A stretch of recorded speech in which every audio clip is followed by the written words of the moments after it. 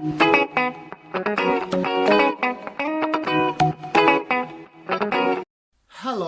Hello. Hello. There's a car outside. Threw me off guard. Literally, as we press record, it appeared. Hello, visuals. Welcome back to the Visual Guy podcast, where I want to get back into the weirdness we used to. With the podcast we record on your phone, we used to get into really weird ass, crazy conspiracy talk, and we haven't done it in a long while. What's your conspiracy theory about this? I haven't really got one because. It's your one. I was just going to revisit some of the old stuff because it's all come back up with the first man film come out, and everyone decided to question it all again about whether we really went to the moon and all this kind of stuff. And it's one of the old classicos, one of the old classic conspiracies. Do you think we really went to the moon? Not that we have any knowledge, by the way. This is just us having a crack because it comes up with Joe Rogan a lot and Eddie Bravo's a nutcase. No. You don't think we went to the moon? Really? I don't know. I don't know because as people, I've digged into it. There's bits I found that was like, yeah, it's plausible. But there's bits I found that's like, nah.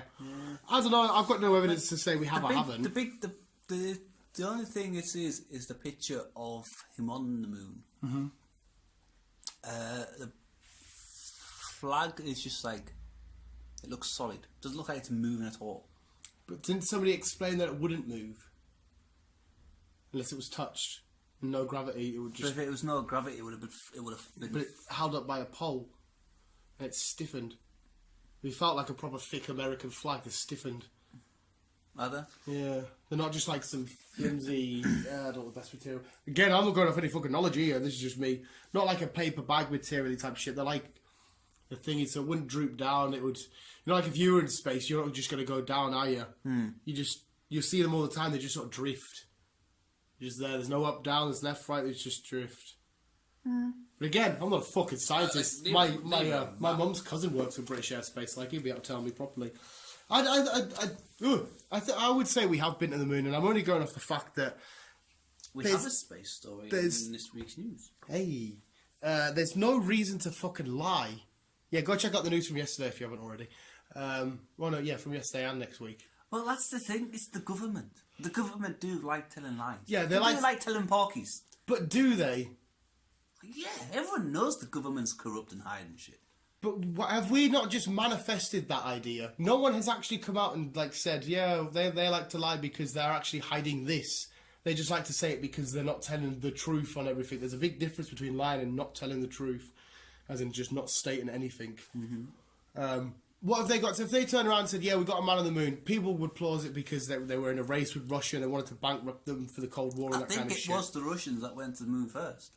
Well, no, they went to space first, but the Americans landed on the moon first. If they landed on the moon, which is his talking point. The fucking Russian cosmonauts. I don't understand why they'd need to lie. What benefit do they get for just saying they did? And it pisses me off because the people that did go on the moon, if they actually did, and then that's a mid-story to tell, but then you got all these people saying you never went to the moon. How frustrating would that be if you actually did? And you're like, I fucking stood on the moon. And you're sat there fucking saying I didn't. It's weird because I can't say they did or didn't. I just personally can't think of a reason why the government would need to say, yeah, they did go to the moon, but then they never did. Because if they said, we failed, nothing's changed. So why would they need to lie about... I don't know. I think I don't know. I wasn't really when was it, 1964? Around 64, 68. Yeah, ages ago. Yeah, a little before we were born. So, for all I know, they could have went to the moon. Because for every failed test they do into space, the amount of Mars rovers that have failed, they say, this failed, that failed. So why would they say that didn't fail when it did fail? Why would they lie about that? Because like I said, you said about the government lying about everything and everything. I actually can't tell you one lie that the government has physically said. I'm speaking of the British government here because I'll have more knowledge on that they've said. Not true. It's just, I think it's another way of the conspiracy people saying, "Oh, the man lies to you. They don't want you to tell the truth." That's an inhaler. Oh my God, the government, it's lying. Oh yeah, don't get us wrong. Sometimes the government are dickheads when it comes to like payment-y shit or getting a car parking spot or some whatever. You know, would that be the council? I don't fucking know. You know what I mean? It's all the same thingy. Yeah. But to be lying about shit like that, I just don't. I just don't see any plausible reasoning for it. But that's the thing, though. That we don't know if they are lying or not. That's the thing. Hey, they could easily be lying, but they're still not like. What do you reckon? They lie to the public, and then they're sat in the corner going, "Yes, we're lying to them," and they don't know we're lying. Do they? Or they start just jerking off to it? I think it came down to there was ship problems, and so they couldn't launch, or if they did launch, they couldn't get any further to what they were supposed to. Well, there's that famous video, isn't there, of everybody tuning around their TVs and black and white and shit and seeing it go up. So you saying that broadcast was fake? No, I'm not saying that was fake. That could be plausible. But I think when they got up there, I think they realised the distance than what they realised it was. So they got into space and they were like, "Fuck, that's miles away." Right, this is really inappropriate. This is really, really inappropriate. Hello, Mother. We're talking moon conspiracies. We'll be at B&Q very soon. I have to hang up now. Love you. Bye. That was nice, short and brief. God sakes, Mum. Actually, I don't feel as bad. Joe Rogan's had people answer the phone on his podcast before, and he's mate, if I knew we were having this story, I would have looked into it more. But hey, mate, I'm just going in blind. I don't sit and look at conspiracies because I feel if I do, I would go down the rabbit hole, and I've got a really impressionable young mind because I'm immature as fuck. But I'm still a big believer in every conspiracy. Like, I could say, "Oh, guess what? Thor and Loki are real," and I would find little weird things throughout history and throughout time and be like, "Yeah, look at it, you can connect the dots." I think you can connect the dots on anything, and it just depends how in depth you go to, and then people misconstrue the information and stuff. yeah. It's a conspiracy I've always seen done to me. There are some real conspiracies. The only one that I truly think was 9/11. I just think that is an easy way for them to say we're going to war.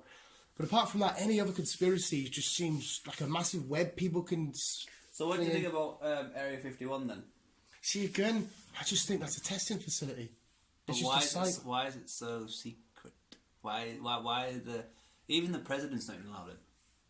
See, do we know that? Is that something that's factually the government and people have come out and said the president is not allowed here? Because doesn't the president visit in Independence Day? I know that's a film, but they would have done their fact checks, surely.